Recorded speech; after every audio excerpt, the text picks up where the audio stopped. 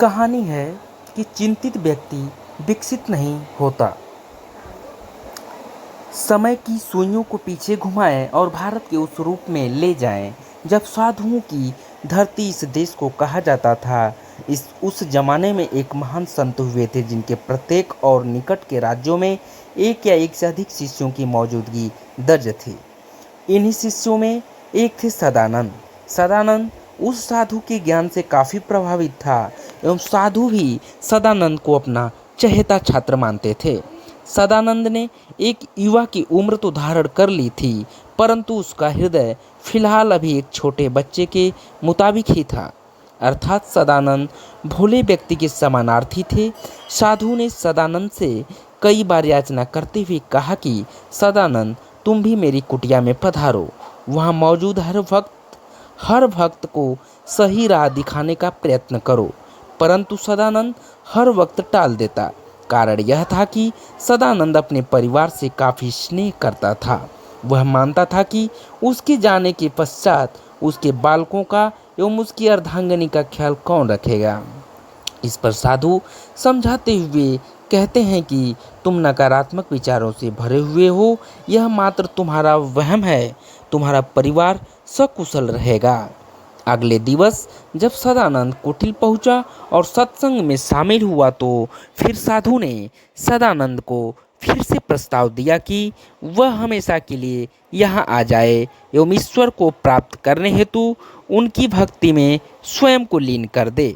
सदानंद जब साधु की इच्छा पूर्ण करने के लिए मान गए, अब उन्हें इस बात की चिंता सता रही थी कि वे अपने परिवार को कैसे बताएंगे कि अब वह सन्यासी जीवन व्यतीत करने की इच्छा रखते हैं। इस पर साधु ने उनको एक युक्ति सुझाई, जिसके तहत साधु ने सदानंद को सांस रोकने की कला में निपुण किया। सदानंद हर दिन प्रातः उठकर अपने समस्त परिवार के सदस्यों के साथ नदी में स्नान करने जाता था। ऐसे ही एक दिन जब वह अपने परिवार के साथ स्नान करने गया तो सदानंद ने अपनी सांस रोकने वाली कला से जल में सांस रोक लिया, जिससे उनके परिवार वालों को लगा कि सदानंद नदी में विलीन हो गए। सदानंद के परिवार वालों ने उसे कई घंटों तक खोजने का प्रयास किया, तब जाकर वह इस निर्णय पर यकीन करें। जब पूरा परिवार थक कर घर की ओर अपना उदास सा मुख लेकर पहुंच रहे होते हैं, तब रास्ते में साधु के कई शिष्यों से परिवार की भेंट होती है। जब उन सभी को यह मालूम होता है कि सदानंद इस पृथ्वी को छोड़ चुका है, तो सभी ने मिलकर यह निर्णय किया कि सदानंद के परिवार वालों का खर्चा वह उठाएंगे। दूसरी ओर सदानंद नदी से बाहर आकर अब साधु के आश्रम पहुंच जाता है। अब उसका जीवन ईश्वर के भक्ति को समर्पित कर देता है। एक दिन सदानंद की पत्नी उस साधु के आश्रम पहुंचकर उनका आशीर्वाद प्राप्त करने के लिए पहुंचती है, जिसका ज्ञात जैसे ही सदानंद को होता है, वह कुटिल में ही कहीं छिप जाता है ताकि वह अपनी पत्नी की बातें भी सुन सके एवं अपनी पत्नी के नज़र भी न आए। साधु कहता है, पुत्री, हमें यह जानकर बेहद दुख हुआ। अपने प्रिय शिष्य की मृत्यु की खबर सुनी तो नैनों से जल बहने लगे। तुम्हारी हालत अब कैसी है? सदानंद की पत्नी बोलती है, प्रणाम गुरुजी, इनकी पूर्ति कोई मनुष्य नहीं कर सकता गैरवर, परंतु मेरा जीवन अब अच्छी स्थिति पर आ गया है। यह स्थिति पूर्व से भी बेहतर है। इस वाक्य जैसे ही साधु के कानों में घुसे, वह मुस्कुरा पड़े, जैसे उन्हें इस बारे में पहले से ही मालूम हो।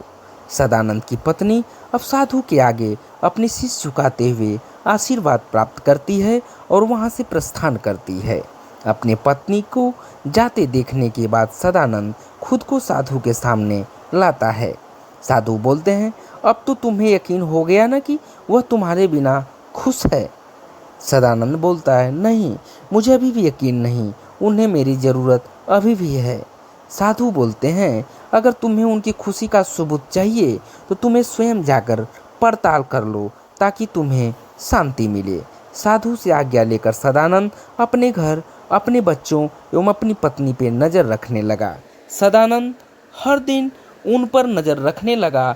उसने देखा कि उसका परिवार हर दिन की तरह सुबह जल्दी उठकर नहाने नदी पहुंच जाते, खुशी खुशी नहाकर नदी से वापस आ जाते। बच्चे गुरुकुल में शिक्षा ग्रहण करने जाते। पत्नी भी अब आत्मनिर्भर हो चुकी थी। वह अपने घर में से कुछ पैसों से कभी फल तो कभी सब्जियां खरीदती और उसे अपने कस्बे में बेच आती। सदानंद की औरत अब कस्बे में एक उच्च स्तरीय व्यापारी महिला के रूप में खुद को साबित कर रही थी। वह बेहद खुश थी। सदानंद यह दृश्य देख बेहद क्रोधित हुआ। उसे यह मानने में हिचक हो रही थी कि महिला अपनी बुद्धि से घर चला सकती है। सदानंद को अपनी बीवी की खुशी हजम नहीं हो रही थी। सदानंद उसी क्षण अपने गुरु के पास गया और उससे अपनी मुश्किलों का हल निकालने के लिए कहा। साधु ने सदानंद के विचारों का विरोध किया। सहजता से साधु ने सदानंद को स्वयं फैसला लेने को कहा। सदानंद ने पूरे कस्बे में यह अफवाह फैला दी कि जो भी सदानंद की बीवी के हाथ से फल या सब्जी लेगा उसकी मृत्यु हो जाएगी। यह ऐलान होते ही उसकी इच्छा पूर्ण हो गई। सभी कस्बावासियों ने उससे फल सब्जी लेना बंद कर दिया।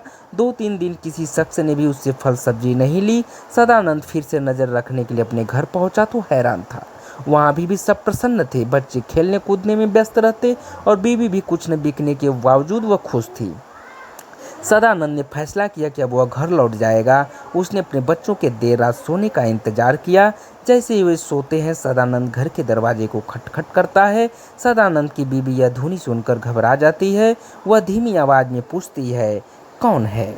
इस पर सदानंद उतनी धीमी आवाज़ में जवाब देता है, मैं तुम्हारा पति सदानंद, दरवाज़ा खोलो। पत्नी बोलती, यह समय मजाक का नहीं, मेरे पति को मरे हुए 2 महीने से ऊपर हो गए हैं। सदानंद बोलता है, मैं मरा नहीं था। पत्नी बोलती है, नहीं, मैं नहीं मानती तुम्हारी बात को, चले जाओ यहाँ से, अन्यथा मेरे बच्चे तुमसे डर जाएंगे।